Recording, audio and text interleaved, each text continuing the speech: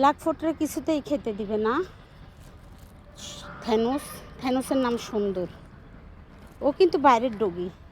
টিএসসিতেও থাকতো, ও পার্মানেন্ট হয়ে গেছে এখানে। খাবার পেয়ে ও আর যায় না, ও সবার মার খায়, ও কালিন মার খায়, লালুর মার খায়, কিন্তু ও জিমিরে মারে, যে এই গ্রুপদের মারে।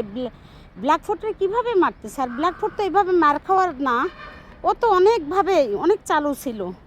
ওই যে জেব্রা, প্লোটো, ওদের তো ওই দমায় রাখতো।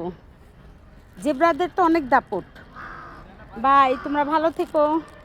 আল্লাহ নিলে কালকে খাবে বাবা। আল্লাহ হাফেজ, বাই। রোজা রেখে কথা বলাটা অনেক কঠিন হয়ে যায়, একদম মুখ টুক শুকাই আছে তো।